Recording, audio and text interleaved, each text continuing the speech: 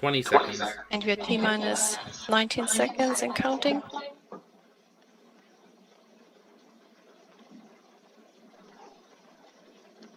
10, 9, 8, 7, 6, 5, 4, 3, 2, 1.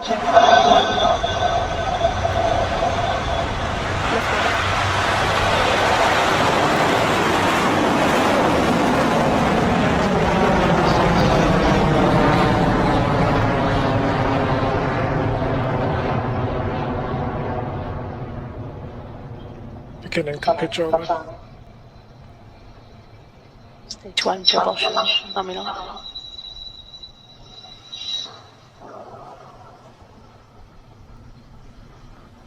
RocketLab Launch Complex 1 and is on its way to space carrying the MATS satellite. Our rocket recovery attempt is also now officially underway. Coming up on supersonic speeds, Electron will be traveling faster than the speed of sound as it approaches its first mission milestone, maximum aerodynamic pressure. Electron's Rutherford engines will throttle down slightly to pass this pressure point, and once cleared, we should hear the call from mission control that the rocket has passed max Q. Vehicle is supersonic.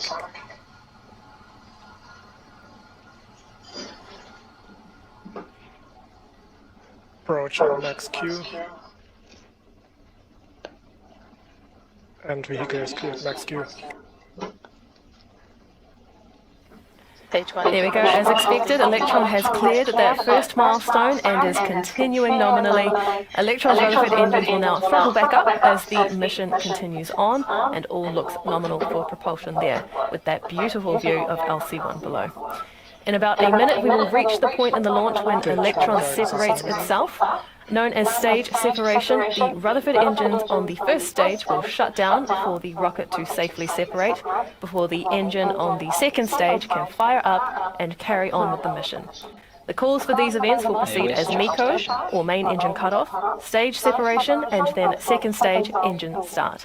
And here is when our recovery team begin their countdown to the helicopter catch as the first stage will begin its journey back to Earth. Standing by now, though, for those calls.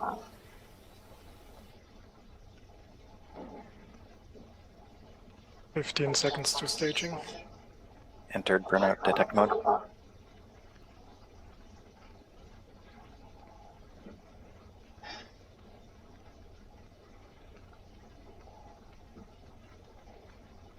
MECO confirm. Stage separation successful. Stage termination.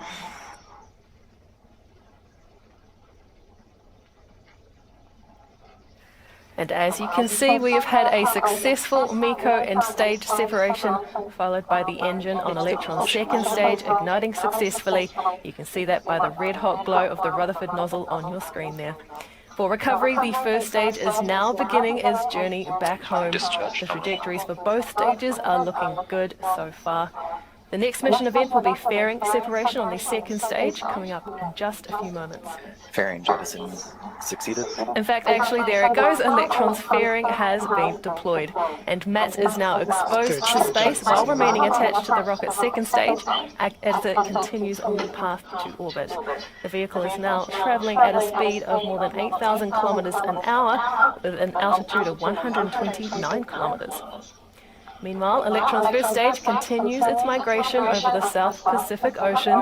When it separated from the second stage, it was traveling at such high speed that its trajectory continued upward from the momentum. But in another minute or so, it is expected to reach the highest point of that arc, otherwise known as the apogee, and from there, descend toward the capture zone, where our recovery helicopter is ready and on standby to proceed.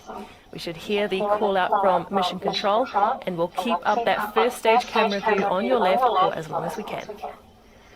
An absolutely incredible view there on the left side of your screen. That is a view on the first stage of the Electron rocket as it tumbles back towards Earth. And good old RocketLab pulling in some live telemetry there. We're watching that first stage heading up towards its apogee point before it begins making its descent. At this time, the helicopter will be doing its final preparations. It's in the location where they believe it will come down within a region. Once the RocketLab first first stage has made its re-entry through the atmosphere. Then it is on to the helicopter to try to pick out this very small rocket under parachute in the sky, approach, make sure it's stable, and then they will make the decision on whether they will actually make a go. And this is some incredible footage, very similar to footage we used to see with the SRBs from Shuttle, of a long booster coming back into the atmosphere. Some absolutely incredible shots here from RocketLab this morning as they attempt their only second recovery using the helicopter. They've recovered Electrons before, but normally we do not get to see that first stage re-entry. This is only really the second time we're getting to see this, so very exciting shots there. The second stage continuing on. Next major event for the second stage is battery hot swap. They use electricity for the engines and the systems, and 2 of those batteries are about to die, so rather than carrying dead weight, RocketLab jettisons them and swaps to 2 brand new batteries and starts to drain the power off of those. The first stage of Electron has now reached its apogee and is beginning to descend back down to Earth, and you'll be able to see that live view on the left side, hopefully staying as long as they can. As it goes through re-entry. Obviously there's generally always some level of communication blackout through the re-entry and the plasma, but we'll hopefully have a great live view. A beautiful day down in New Zealand for today's launch. Weather absolutely perfect for recovery here today, and hopefully a successful test. Now, if you were watching earlier this year when they attempted their first recovery, they were successfully able to catch the booster on their first attempt. The helicopter went, swooped it out with the hook. There were, though, stresses on the helicopter that were not expected, and the commander of the helicopter made the decision to release the parachute to make sure the helicopter was safe, take the data they had, review, and that's where we are now today. That booster was recovered, though. Following being disconnected from the helicopter, the parachute did reopen and still splashed the booster down into the ocean safely. So even if today's helicopter attempt is not successful, we can't catch it, or it catches and releases it, it is still a successful recovery mission if the parachute's open, and we have a soft splashdown in the ocean just off the coast of New Zealand.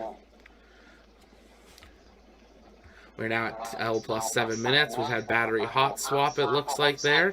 And we are now continuing on towards that re-entry. Kind of becoming normal seeing an Electron's performance. They've had a really great year of success. After a few failures last year, they've really ironed their systems out, and we'll be keeping a close eye on that second stage, but mainly on that first stage as it begins its re-entry back to the Earth's atmosphere. We're going to listen back into RocketLab Mission Control. If you haven't yet, though, take a moment, engage that subscribe button so you never miss another live launch coverage, and engage that like button. Let's encourage YouTube to encourage the rocket as it makes this recovery attempt. Let's listen back into Mission Control.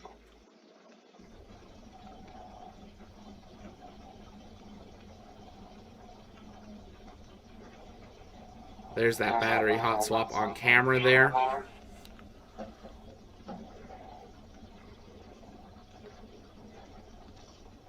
Waiting for main chute deployment here.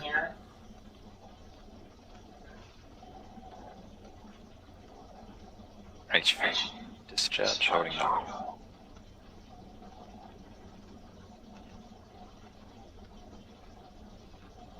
And that looks like we've got chute deployment.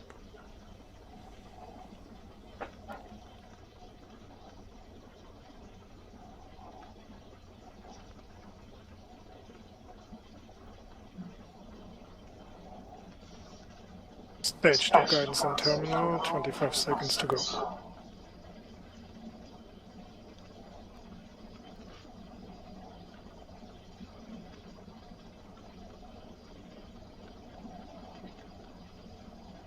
Oh, so this view you are seeing right now actually is from the helicopter. This is the hook hanging below the helicopter that is heading towards the recovery point. Teams now are looking to spot Electron under parachute and attempt to approach and make sure that it's stable. Stage 3 separation confirmed. We've got separation from that second stage. And we've got a good orbit for payload deployment. There we go. That's the call for SECO or second engine cutoff, and stage separation has been confirmed. That means MATS and Electron's kick stage have commenced their first pass around Earth in its initial orbit. Around 40 minutes into this coasting phase, the kick stage's engine will light up to move it into a circular orbit position where payload deployment will be performed. We'll come back.